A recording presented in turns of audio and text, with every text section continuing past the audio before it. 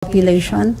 Number three, this is not like COVID that can be spread by air very easily and could possibly be fatal. This is not particularly fatal, but it is of concern. The DOH says surveillance systems are enough to detect cases. Aside from temperature screening, authorities might require arriving passengers to remove their jackets to check for rashes. Those with symptoms will be isolated for 2 to 3 weeks.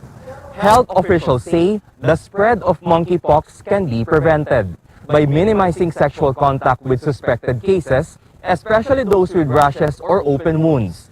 They also advise the public to keep hands clean, wear face masks, cover the mouth when coughing using the back of the elbow, and stay in areas with good ventilation.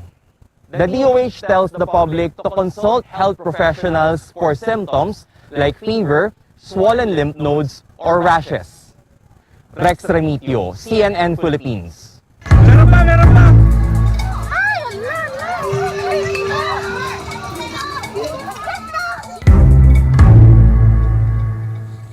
Search teams have retrieved the remains of 4 people buried alive in a landslide in Abra. The magnitude 7 earthquake that hit the province Wednesday morning triggered that landslide in Luba town. Education officials in the region say the victims, one of their students in Luzon National High School, a 21-year-old, a 17-year-old, and a foreman. Officials said the victims were on their way to work when the incident happened.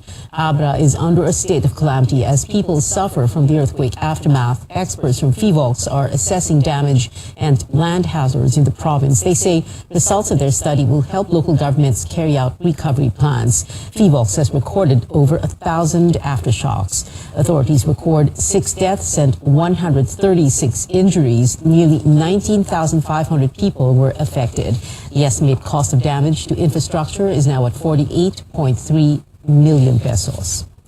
The magnitude 7 tremor not only destroyed houses and government buildings in Abra, it also damaged important heritage sites like the centuries-old Catholic Church in Tayum town, the epicenter. Our George Quiles joins us live from nearby Bangued town. Go ahead, George.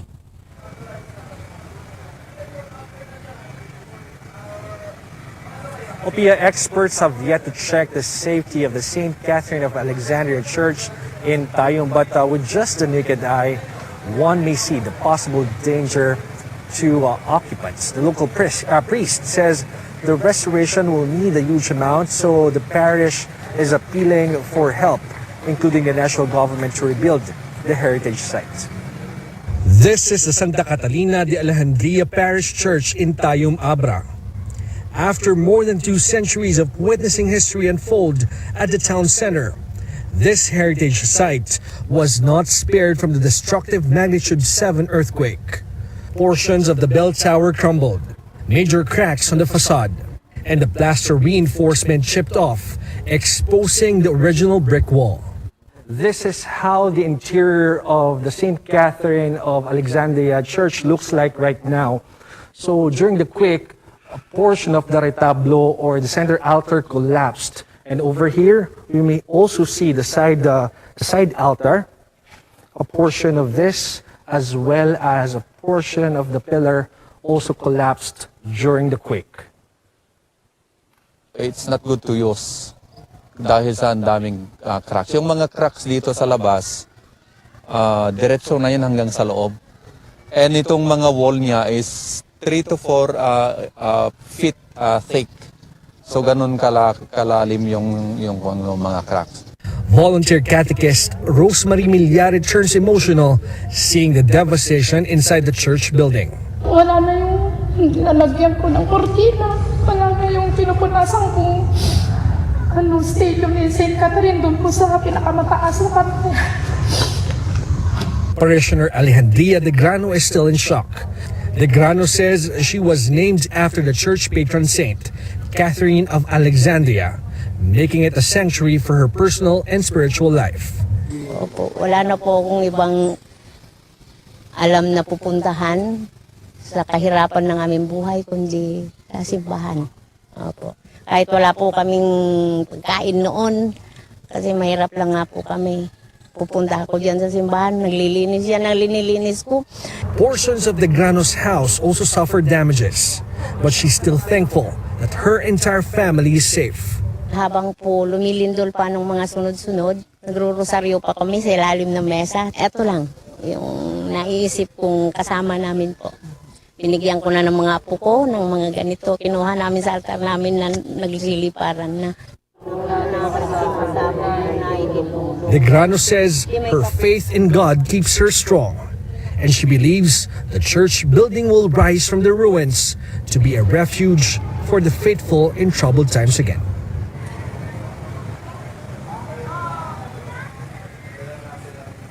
Abra is under a state of calamity and the local government says it needs assistance to rebuild private and public structures. Earlier, Philippine Charity Sweepstakes Office General Manager Mel Robles visited Bangged and Danglas towns to hand over an ambulance, food packs, and medicine to survivors. Nag-resonate pa yung sona ng Pangulo that yung na biktima ng kalamidad, huwag nang pahirapan. No? So, dali-dali, pinadala namin dito. And sabi nga, while we were waiting or speaking, lumindol pa nga and you were here. So talagang kailangan. There is urgency. Yun ang namin napatunayan.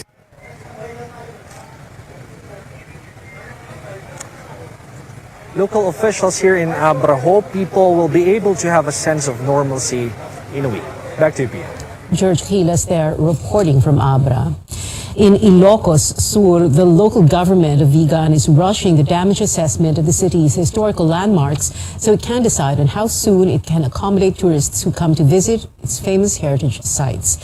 Senior correspondent David Santos joins us from Vigan. David, what are the challenges the city is facing in having to inspect these popular tourist attractions? Well, Pia, we're here at Governor A. Reyes Street, site of an abandoned ancestral home that has been reduced to rubble following Wednesday's powerful quake. Now, aside from insufficient resources and equipment, the city government also has to deal with limited personnel to do safety checks on hundreds of historical buildings and business establishments before its thriving tourism industry can return to normal. The Vigan city government hard at work trying to salvage what it can. Meron mga na-identify na houses na hindi na siya livable for as of the moment. The city has assembled teams of volunteer experts, architects, engineers, and conservationists. Their job inspect about 250 ancestral houses and historical buildings within Vigan's popular heritage sites. Bed and breakfast owner Charmaine Lim has been trying to get her place among those to be checked. She's hoping to accommodate guests attending a national convention Vigan is hosting next month. Nagtawag po ako ng karpintero para ho tentative munang i-check po. Pero mas mabuti ho yun, compliance po namin ng city. But City Hall says there's so much to cover. With limited personnel, it also has to examine hundreds of other commercial establishments as well as government buildings like schools and even museums. Kung pwede silang mag-hire or kumuha ng mga structural engineer to certify that the building is safe and sound to occupy already. This hotel has hired the services of private technical experts to do the quake damage assessment and skip the line waiting for the City Hall inspection. Once they get their safety clearance, they can resume operations. Charmaine plans to do the same. Despite finding no visible damage in her inn, she won't reopen until she gets the go signal. Dahil kung may mangyari po sa mga guests, malaki hong responsibilidad namin. While several antiquated structures now in ruins following Wednesday's massive quake, many centuries-old houses appear to have withstood the violent shaking even with the recurring aftershocks. Pero 7.1 is at force majeure, no? And to say that they're still standing is makasasabi natin na they were constructed well. Now, officials here are asking national agencies and even international organizations to help Vigan's beloved heritage district not only to become operational again, but also to protect it against future disasters, Pia. David Santos there reporting from Ilocos Sur. More stories coming up. A former presidential advisor pointing fingers at the health department over the expiration of billions of pesos worth of COVID-19 vaccines bought by the private sector. And days after the fatal shooting at the Ateneo de Manila University, the father of the suspect was gunned down outside his home in Basilan. Details when Newsnight returns.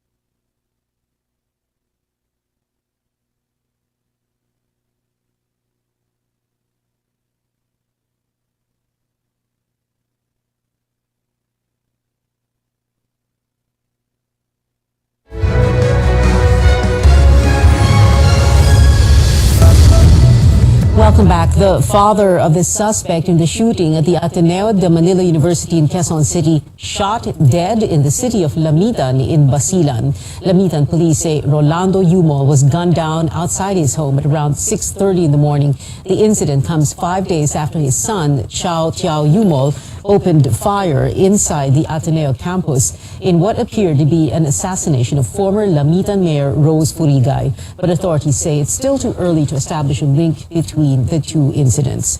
Chao Tiao Yumol is currently in the custody of Quezon City Police. Over 5 billion pesos worth of COVID-19 vaccines bought by the private sector now expired. A former advisor of the previous administration's pandemic response associates this with failure to mobilize vaccine supplies. Carlin Bonkin reports. Moderna, we will have to let go of about 3.6 million. AstraZeneca, about 623,000. After the country struggled to get COVID-19 vaccines halfway through the pandemic, the private sector now has to dispose over 4 million AstraZeneca and Moderna doses expiring this July. Former Task Force Against COVID-19 advisor Ted Herbosa blames the Health Department for failing to mobilize resources this pandemic. He says the Health Technology Assessment Council, or HTAC, should have been faster in approving the use of available shots.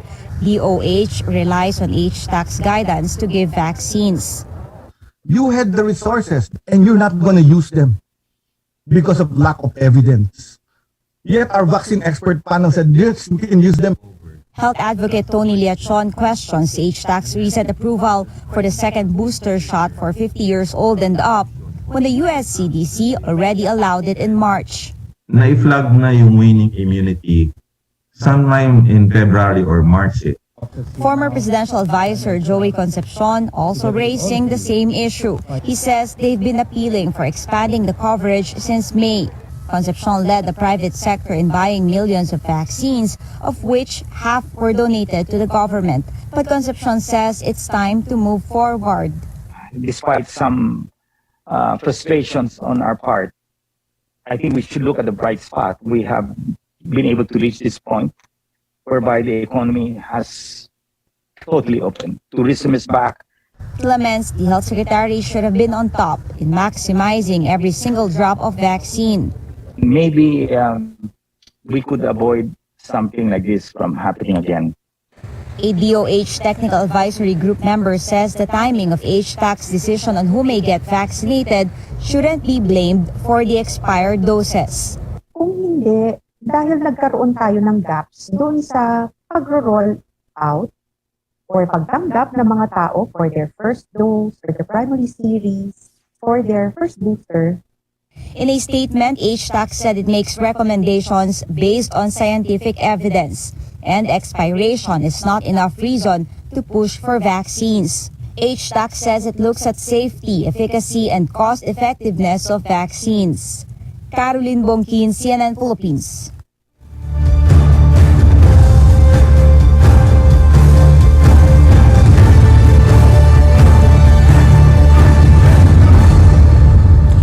For the third time this month, President Bongbong Marcos vetoes a bill ratified by both houses of Congress.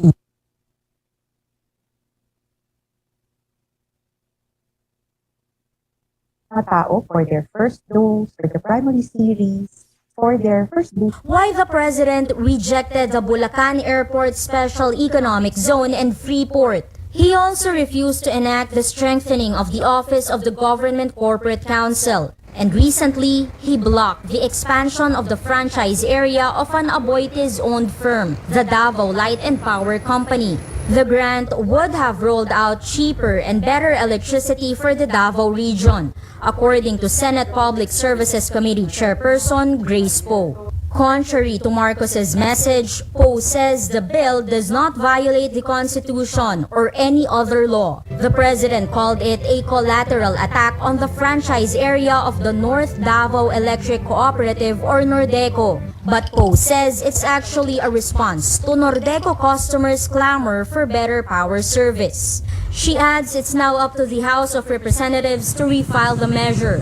Senate Majority Leader Joel Villanueva says the chamber respects the president's decision but stands firm that it has done its job. According to a political science professor who served as an economic planning director in the Senate for 15 years, a new president is sending a strong message to proponents and stakeholders when he vetoes a bill. Parang ayoko yan, parang ganun ang ibig sabihin, di ba? Pwede kasing pag nag-lapse into lang, you can you can always say that, hey, that was not discussed during the session.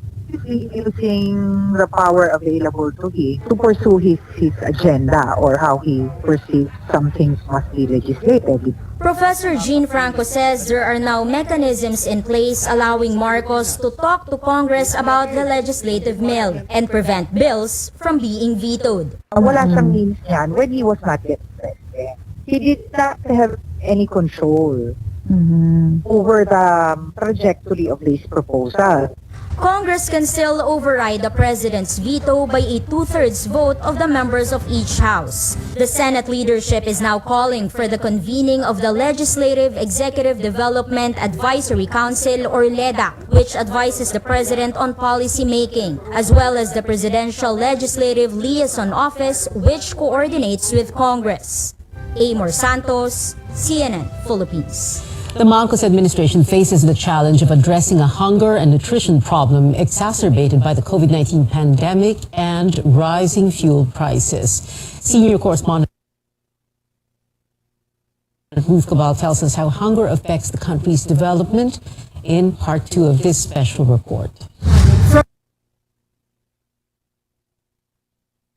green leafy vegetables to herbal plants and edible flowers, this community garden in Quezon City has it all. To think that when the pandemic hit 2 years ago, families here in Payatas didn't know how they would survive. Paano ba mariresolve yung gutom? Lumabas sa meeting namin na kailangan nating magtanim ng organikong pagkain kasi mahal ang bilihin, hindi makalabas, walang trabaho. Ofelia Bagotlo says the local government sponsored seedlings and gardening tools and sent an agriculturist to train them. They can now enjoy their own farm-to-table meals for free. Meron akong kangkong tsaka tanglad. Gagawin ko tong adobo with tokwa at saka oyster sauce, isang gulayan na, kasama ang tuyo. The community also sells vegetables to other residents and small markets in the area, earning as much as 5,000 pesos a month. Urban agriculture is among the major components of the Agriculture Department's Plant program. Launched in 2020, the agency has held more than 900 training sessions and set up over 4,500 farms and gardens. Yung logistics cost po natin medyo mababawasan. Siyempre, hindi mo na kailangang i-ship ng malayo, hindi ka nagagasto sa crudo, sa gasolina. Yung safety ng ating ipoproduce, we can create a healthy lifestyle. President Bongbong Marcos, who is also Agriculture Secretary, acknowledged in his first State of the Nation address a possible food supply crisis. He vows to boost food production by helping farmers with loans, land payments and acquisition, and post-harvest facilities. One of the main drivers of our push for growth and employment will be in the agricultural sector. Ang mga pautang at financial assistance sa mga magbubukid at mangingisda ay magiging institusyon at patakaran ng aking administrasyon. But it's a daunting task from where previous administrations left off. A 2021 World Bank study shows the Philippines is among 10 countries in the world with the highest number of stunted children. 1 in 3 Filipino children is small in size relative to the age.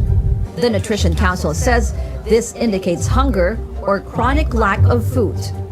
Bumababa yung IQ, no? And then yung iba hindi na nakakatapos, no? Yung sa school, contributory yan sa nila, productivity and overall, no, economic development. Pag sa household level, di ko konti ang sweldo, so magiging cycle. The World Bank says the Philippines has a human capital index of 0.52, which means that the future productivity of a child born today will be half of what could have been achieved if he or she was healthy and completed education. Economic loss was estimated at $4.4 billion, mostly from foregone earnings as a result of low productivity and high healthcare costs. Experts say focusing on food security is a significant step, but this must be combined with equitable access to proper education, healthcare, and other basic services. Ruth Cabal, CNN Philippines. When we return from Kill This Love to Ready for Love, we give you a look at Blackpink's latest music video next. Keep it here on CNN Philippines.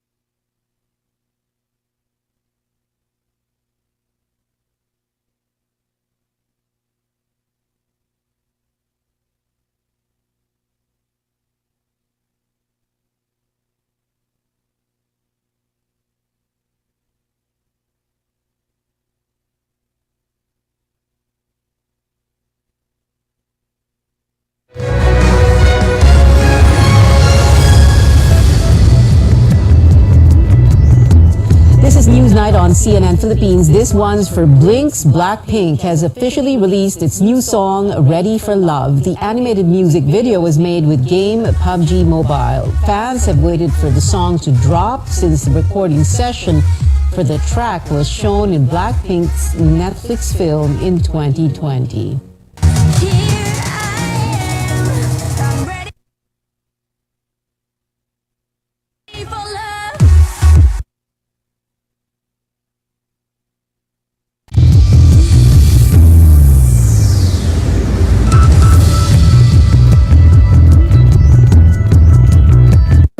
This program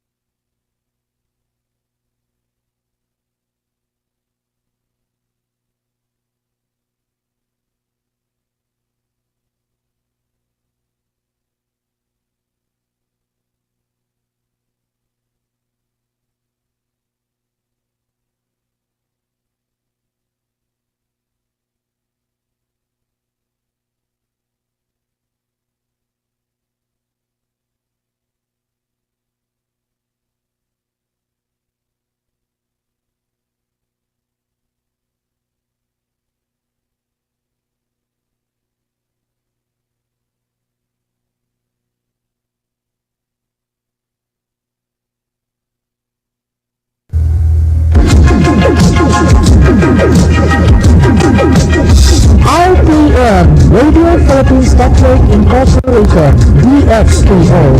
Preso sa Simbang Utso sa bayan sa inyong radyo. RPN DXKO, ang radyo ronda tubig sa Ratayan sa Cagayan de Oro. Sibiyahan ang may dalaon sa katawan, andang na serbisyo sa kanan. Ang RPN DXKO radyo ronda, sakop sa KBP, kapisanan ng mga broadcaster ng Pilipinas.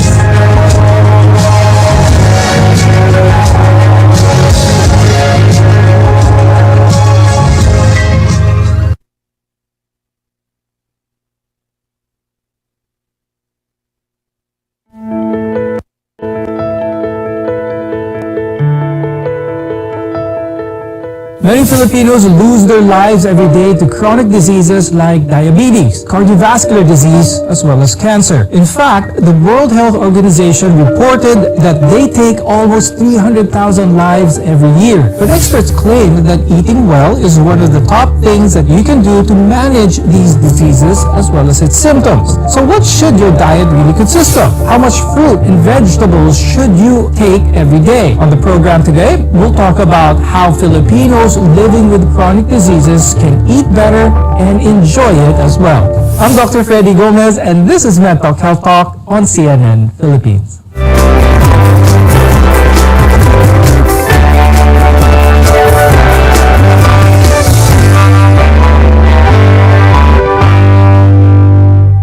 A big reason many of us are so vulnerable to chronic diseases is an unhealthy diet. According to the WHO, over 90% of Filipinos don't reach the recommended amount of fruit and vegetables per day. On top of that, many Filipinos settle for food higher in calories and lower in nutritional value. With us is Ms. Bea Mariola Recuerdo. She's an accredited nutritionist of the Singapore Nutrition and Dietetics Association.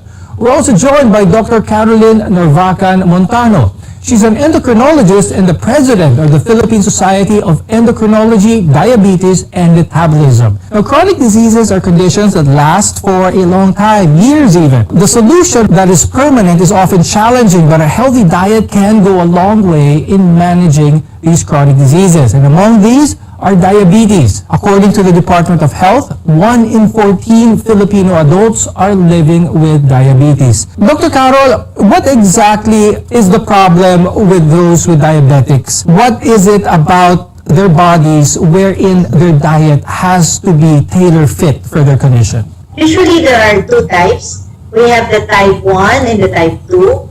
Usually the type 1 diabetes are those diabetic patients who have their pancreatic beta cells have been destroyed by immune reaction. It may not be related to the food intake of the patient. However, the type 2 diabetic patients would be those patients who develop hyperglycemia because of insulin resistance, increase in weight, and having a sedentary lifestyle, causing too much fat that would promote insulin resistance to that already impaired pancreatic beta cell. When we talk about glucose intake, especially for those who are diagnosed with diabetes, Bea, what are some of the foods that can trigger this? What are the more common foods here in the Philippines? Kumbaga, bawal sa mga diagnosed with diabetes. Food products that has simple sugar in it. Usually, makikita ito sa mga beverages like soft drinks, mga flavored juices, even desserts, pastries. If we're not careful sa mga nutrition facts label, they also contain simple sugars like honey, maple syrup, agave, molasses. So those are some of the simple sugars that are easily found in food products that Filipinos don't notice. A lot of fruits and vegetables, fruits for that matter,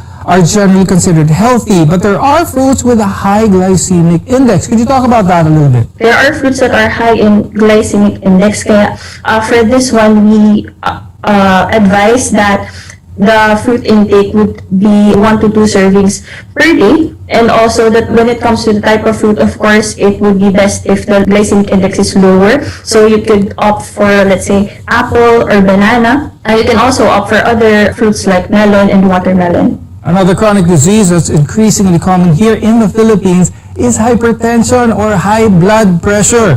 A 2021 nationwide survey showed that around 37% of Filipinos are hypertensive. And when left untreated, the disease can lead to heart disease. Dr. Carol, pag-usapan naman natin ang hypertension. Anong nangyayari sa katawan kapag isang tao ay tinatawag na high blood?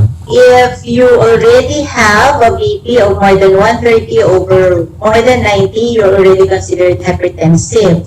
Now, the reason for this may be that you're having some problems in terms of the metabolism of salt, probably salt in your body, and this may be brought about by too much intake of salt or saturated fat or even trans fat. So diet also plays a big factor here, katulad din sabi ni Dr. Carol. Ngayon, Bea, pagdating naman sa pagkain, maraming minention si Dr. Carol. What are some of the food that people with hypertension, ano yung mga dapat iwasan nila? Oily food, of course, yung mga deep fried, and also it includes fast food and mga processed foods. Unfortunately, they are very high in saturated fat and trans fat. Yun yung mga dapat iwasan. Now, as you cut back on foods high in sodium, it may take a little time for your palate to adjust. So be patient with the diet and you'll see effective results. When we return, we'll discuss other common chronic diseases and the best diets to manage them. We're your partner in healthcare, so keep it here on Red Talk Health Talk.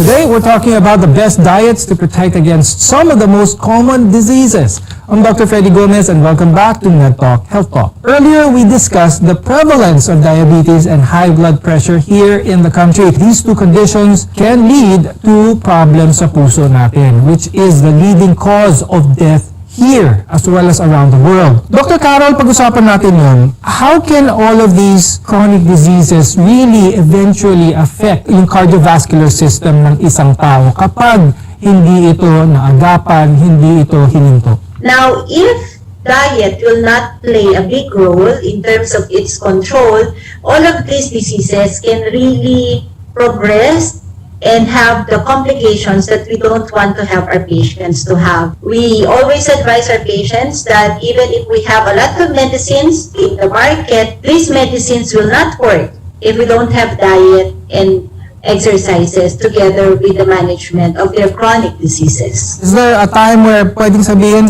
wala na, this is too late, masyado na ako matagal with this chronic disease to see any improvement? There's no limit to the time. Even at any stage of the disease, you can still incorporate diet. Now, if, for example, you are on the stage that you are already on the malnourished side because of the complications, diet would still play a role, and it will be on another spectrum where you're going now to improve and give healthy choices so that you can further reduce the chances of paglala of the complications. And the most important behavioral factor that can lead to a cardiovascular disease, apart from tobacco use and physical inactivity, is your diet. Now, Bea, what is the connection between a healthy heart as well as eating well? Please explain that to us. It depends on the nutrition na nakuha sa diet. So, it would be best if a person who already has heart problems would be eating foods that are high in fiber, low-fat products, lean meat, and focusing more on eating a balanced diet that consists of carbohydrates, proteins, and fats. So, para ma-maintain yung heart health ng katawan. What should we incorporate into our diet, and give us some tips in order to make this an easier endeavor or an easier journey for a lot of our viewers? There will be 4 types of food that will make us be very high risk to develop these chronic diseases. Those will be high processed carbohydrates, sugar sweetened beverages, we have saturated and trans fat, and the red and processed meat. So I guess if we're going to take this all in moderation, and we can actually prevent ourselves from having these chronic diseases. So limit lang. It's more of the limitation and fighting it off also with exercises. If you talk about moderation, is it better to cut it completely, or is taking it in moderation like a treat, parang consuelo na lang, but is it better to cut that completely from your diet? Now, the plate method, we can actually introduce this plate method. So why am I saying that we can have this type of food in moderation? Because in the plate method, you're going to divide your plate into half of it will be in the vegetables, half of the plate will be divided into complex carbohydrate and the fat. Now, just as high blood pressure and diabetes can lead to cardiovascular diseases, it can also put you at risk of kidney disease. It's the 7th leading cause of death here in the Philippines. Dr. Carol, pag-usapan naman natin ngayon ang kidneys natin. What is happening kapag someone has a chronic kidney disease? We've noted that there's an increased risk or increased rise of chronic kidney diseases due to diabetes. And primarily it's because not just due to the uncontrolled hyperglycemia, but also because of too much salt intake of our patients. So I am more introducing that with the high salt intake, our patients can have an elevation of their blood pressure. Now, together with an uncontrolled glucose or uncontrolled sugar, that will be very, very hard for the kidneys to manage. Hence, they can really develop into chronic kidney disease. Salt is also one of the main ingredients in food that gives it taste, that makes it enjoyable for people. So my question for you is it possible to put salt at a very minimum or even take away salt altogether but still enjoy food? Yes, it is still possible. So usually I recommend that my patients would focus more on herbs and spices when it comes to flavoring their food. It's still possible to cook local dishes like adobo, salpicao, and tapa by using herbs and spices to improve the flavor and still retain the quality ng lasa ng pagkain. Are a lot of these chronic diseases we see nowadays, could this be traced back to the patient's childhood? How food was introduced to them? What was seen as normal for them? One of the primary root problems here in our country is the increasing trend of overweight and obesity among children.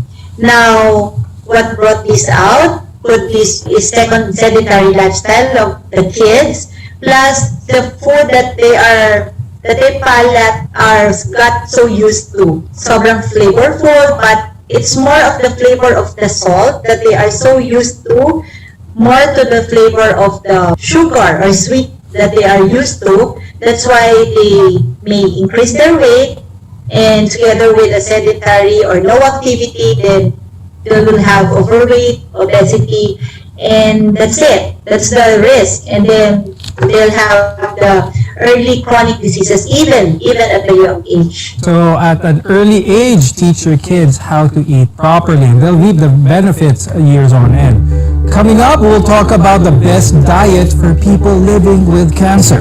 Your health is our mission here on MedTalk Health Talk.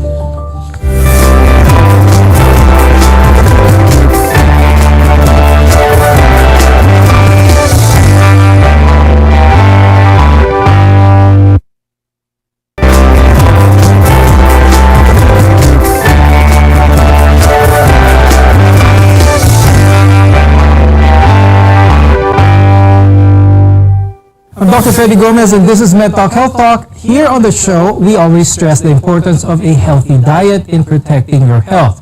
It's key in managing diseases that can affect our quality of life, including cancer. Now, Dr. Carol, let's talk about cancer and that of diet. Not necessarily, we're not talking about causality here, but those diagnosed with cancer, how important is a proper diet for someone living with cancer? We don't want our patients to develop malnutrition, especially during treatment. If they are malnourished, then they'll not be able to have energy to fight off together with the chemotherapeutic drugs and together with the medications that we also give for our cancer patients. So of course, just the same, we also highlight the fact that they should not be malnourished. We nourish them with high fiber, we nourish them with healthy diet. Could you give some concrete examples ng mga foods na high in fiber? Fruits, okay, so for this one kasi kailangan maingat yun sa food preparation and dapat malinis talaga kasi sensitive din yung patient and we have to focus din dun sa immune system ng patient, so importante din yung sa food preparation and sa cleanliness. Pero for that, yung mga basic na pagkain ng Pinoy like yung mga pinakpit, chop suey, pwede natin siya i-serve for them. Now, Bea, in terms of maximizing the nutritive content or the nutritive benefits of these foods,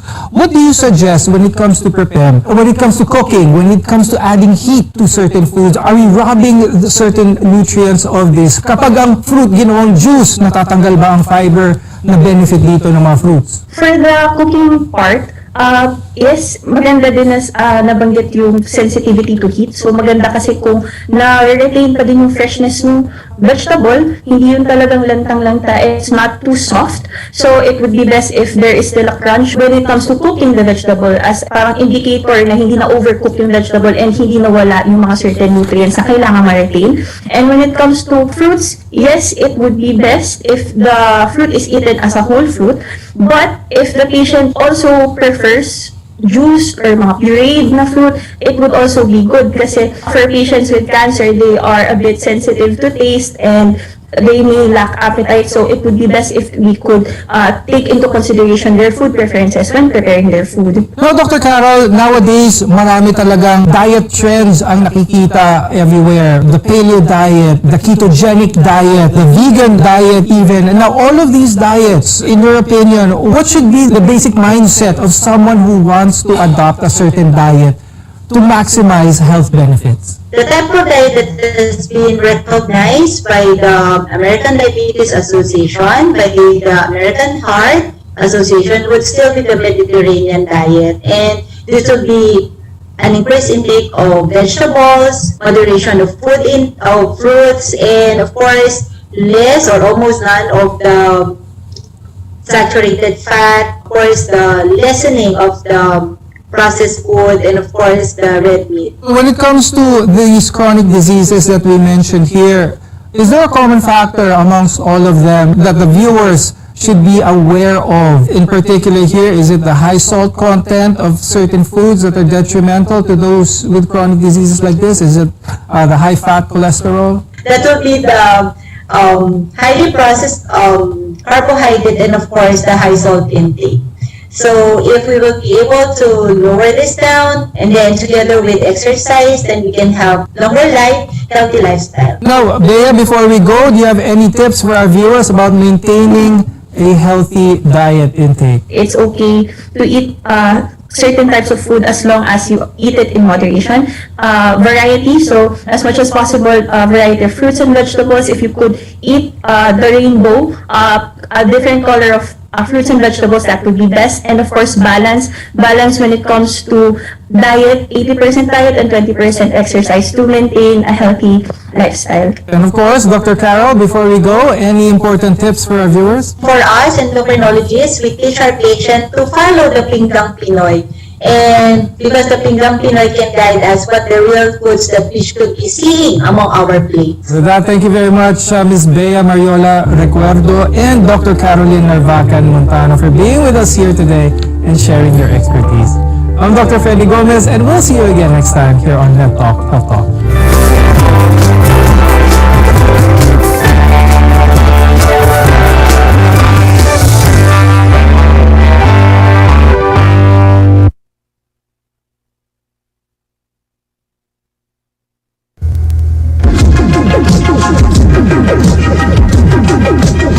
RPN, Radio Philippines Network Incorporated, DXPO.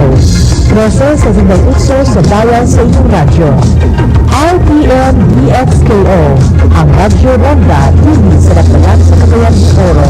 Sidiyahan na may dalaon sa katawan, andang na serbisyo sa tanan.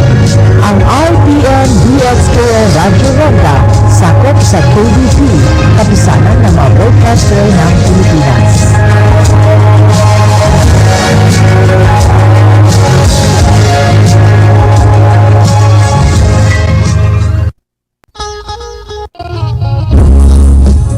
Ang layunin ng sabahan ay masundan pagtanaw at pagpanaw ang tumunan sa Back to Christ Revelation ng episode of Father Life o sa kaulas kini na programa sa espiritual ng pagtumunan kausa sa matang simana na sa RPN, DXKO Teleradyo. Sunda ang